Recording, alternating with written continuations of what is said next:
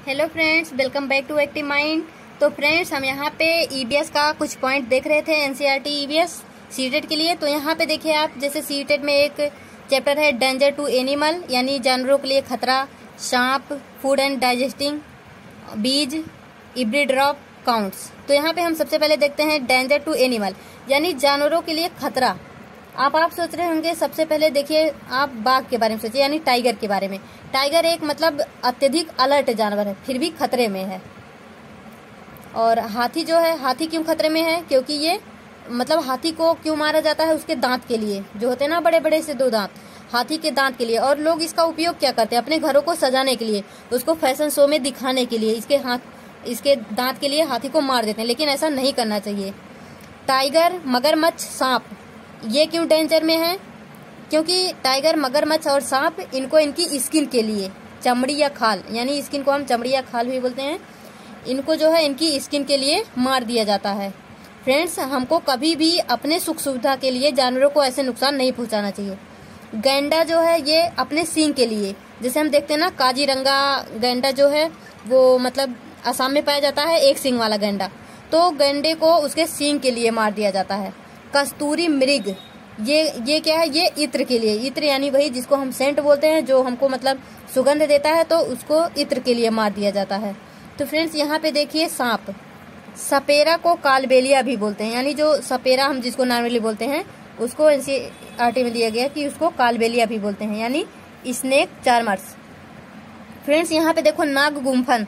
अब यहाँ पे ये मत सोचना कि नाग गुम्फन ये नाग से रिलेटेड है, बस ये नाग गुम्फन इसको इसलिए बोला जाता है क्योंकि ये एक प्रकार की डिजाइन या पेंटिंग है जो नागों की शेप व स्किन जैसे होती है। यानी जैसे हमारे नाग होते हैं, तो ये जब पेंटिंग बनाई जाती है तो उसमें मतलब सांप का आकार दिया जाता है केवल, यानी ये सांप के शेप के होते हैं। बाकी ये ऐसा नहीं है कि इसमें सांप को मार के ही चिपका दो, ऐसा कुछ भी नहीं है। ये एक प्रकार की डिजाइन या पेंटिंग है जिसे रंगोली व कढ़ाई व अन्य सजावट भी की जाती है।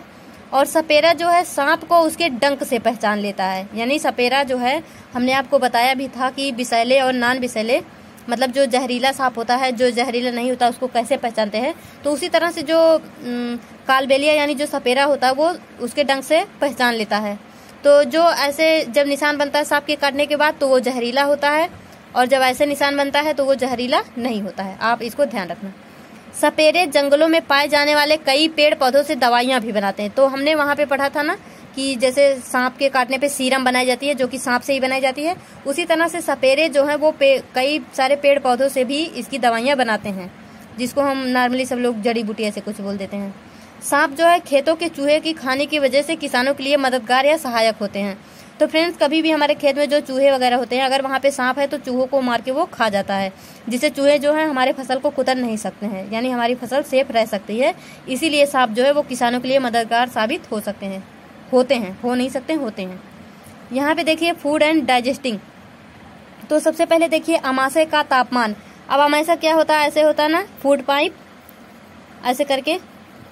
तो ये जो हमारा पूरा डाइजेस्टिव सिस्टम होता है उसी को हम अमाशय बोलते हैं, यानी फूड पाइप हो गया, ये छोटी आंत, बड़ी आंत, ये सबको मिला के डाइजेस्टिव सिस्टम जो होता है उसी को अमाशय बोलते हैं। इसका तापमान कितना होता है? 30 degree Celsius. Acid in stomach, यानी जो हमारे पेट में अम्ल होता है जिससे खाना पचता है, HCl अम्ल होता है, और वो मतलब खाने को पचाने में हेल्प करता है। उड़ीसा के कालाहांडी में सबसे अधिक चावल उत्पादन, और अदर स्टेट में भी, यानी उड़ीसा के कालाहांडी ये एक जिला है, यहाँ पे सबसे ज्यादा चावल उत्पादन होता है। और उड़ीसा में कुछ और भी ऐसे जिले हैं जहाँ पे चावल का उत्पादन होता है। कांच के जार सुखाना ताकि मॉइस्चर ना बचे, अचार खराब ना हो। अब इसका क्या मतलब है कि फ्रेंड्स, हम कभी भी देखो कि जब भी कभी अचार बनाया जाता है तो जिस बर्तन में उसको रखा जाता है उसको हमें एकदम सूखा रखना पड़ता है। अगर उसमें तनिक भी मॉइस्चर होगा तो अचार खराब हो जाएगा। तो यहाँ पे हम यही देख रहे हैं, मतलब किसी भी जो भी मतलब चीजें हैं उसको हम कैसे सुरक्षित रख सकते हैं। तो अचार को अगर अचार खराब ना हो, इसके लिए हमको जो भी सूखा बर्तन हो उसमें अचार रखना चाहिए। अगर दूध मतलब खराब ना हो, इसके लिए हमको दूध उबाल के रखना चाहिए। और बने हुए चावल अगर खराब ना हो, चावल या सब्जियां, तो वहाँ पे हम देखते हैं कि बोल में रख कर, जैसे कभी कभी देखो ना हम घर में ऐसे करते हैं कि एक बर्तन ले लिए, उसमें पानी भर दिया, और जो भी हमारा खाना होता है मतलब चावल है या सब्जी, उसमें हम उसको रख देते हैं ऐसे ही, ताकि वो खराब ना हो। और हरा धनिया जो है गीले कपड़ों में बांध कर, ये भी हम अक्सर करते रहते हैं। जब भी हम हरा धनिया लाते हैं उसको रुमाल वगैरह में मतलब सूती कपड़े में लपेट के रख देते हैं, जिससे वो जल्दी सूखती नहीं है और हरी भरी बनी रहती है। प्याज और लहसुन क्या होता है, इसको कैसे हम सुरक्षित रख सकते हैं, ड्राई या ओपन प्लेस, यानी इसको कभी भी नमी वाले स्थान पे रखेंगे तो ये मॉइस्चर को एब्जॉर्ब करके खराब हो जाएगा, इसलिए इसको हमेशा ड्राई या ओपन प्लेस पे रखना चाहिए। फ्रेंड्स यहाँ पे देखो बीज बहुत बड़े यात्री होते हैं और टिनी हुक्स के द्वारा ट्रेवल करते हैं।